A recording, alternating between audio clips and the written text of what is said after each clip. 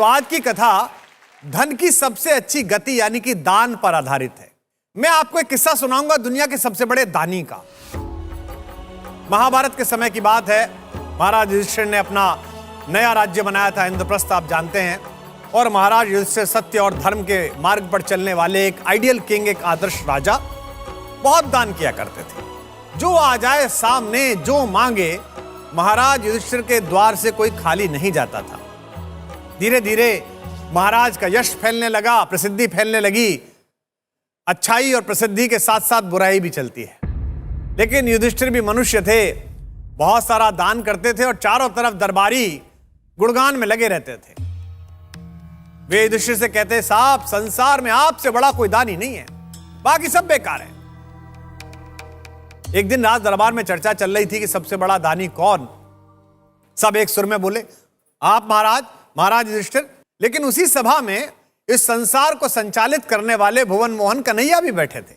युधिष्ठिर की तरफ देखते हुए कृष्ण ने कहा, बड़े भाई साहब, आप दानी तो बहुत बड़े हैं, पर आपसे बड़ा एक दानी अभी है, उसकी टक्कर में आप नहीं पहुंचे हैं। सब चकित, कौन? भगवान ने मुस्कुराते हुए उत्तर दिया, कर्ण।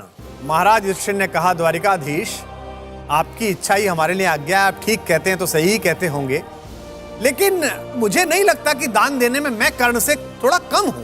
भगवान मुस्कुराए और कहा कि धर्मराज, धैर्य रखिए, दुनिया में हर बात की परीक्षा होती है। आपके दान की और उसके दान की परीक्षा का भी समय आ ही जाएगा। ऐसा ही हुआ। कुछ दिन बाद राज्य में मूसलाधार बारिश हुई। सब तरफ पानी पानी, 2-3 महीने तक जंगल भीग गए, खाने को कुछ नहीं। बारिश के दौरान ही युधिष्ठिर अपने दरबार में बैठे हुए थे। एक साधु का आगमन हुआ। महाराज युधिष्ठिर खड़े हुए, प्रणाम किया और कहा कि प्रभु, क्या प्रयोजन है? साधु ने कहा कि राजा, तुम मुझे क्या दोगे? मैं तो संसार के मोह से ऊपर उठ गया हूं। एक यज्ञ करना चाहता हूं। जंगल में मेरी कुटिया है, पर उस यज्ञ में समिधा चंदन की लकड़ी की होनी चाहिए, ऐसा अनुष्ठान का प्रयोग है। तो मुझे कुछ चंदन की सूखी लकड़ियां दिला दो। युधिष्ठिर ने कहा, बहुत छोटी सी बात, अभी प्रबंध करता हूं। उन्होंने सेवकों को कहा, भाई चंदन की लकड़ियां लाओ और महाराज को जितनी चाहिए दे दो। थोड़ी देर बाद सेवक आए, खाली हाथ। प्रभु, चंदन की लकड़ी तो मिली नहीं, चूंकि पूरे राज्य में 4 मास से बारिश है, सब जगह भीगी हुई है। दरबार के चेहरे पर चिंता की रेखा।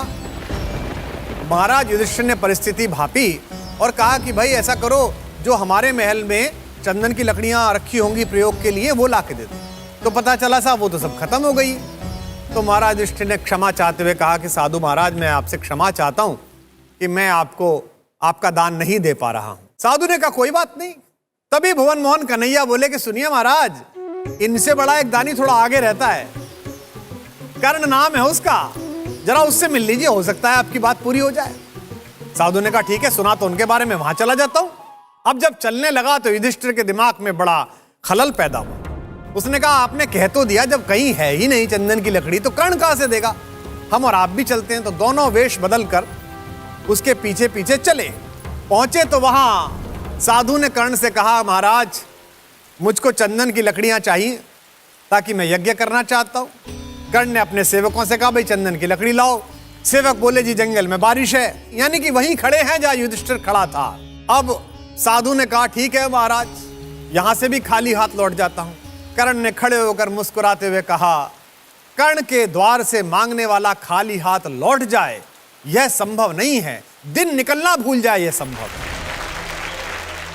आप रुके महाराज। इस पृथ्वी पर अगर चंदन की एक भी लकड़ी सूखी कहीं होगी, तो वो आपके यज्ञ के लिए कर्ण अर्पित करेगा। और उसी क्षण कर्ण के मस्तिष्क में आया।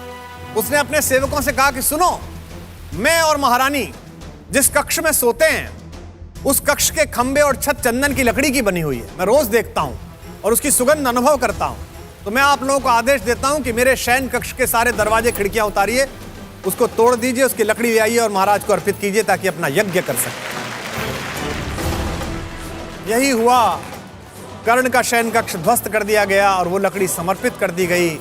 पास में छद्मवेश में खड़े हुए भुवन मोहन कन्हैया ने मुस्कुराते हुए महाराज युधिष्ठिर की तरफ देखकर कहा, प्रभु, महल के द्वार और खिड़कियां तो आपकी भी चंदन की लकड़ियों से बनी थी, लेकिन आपके पास वो दृष्टि और मन नहीं था जो दानवीर कर्ण के पास है।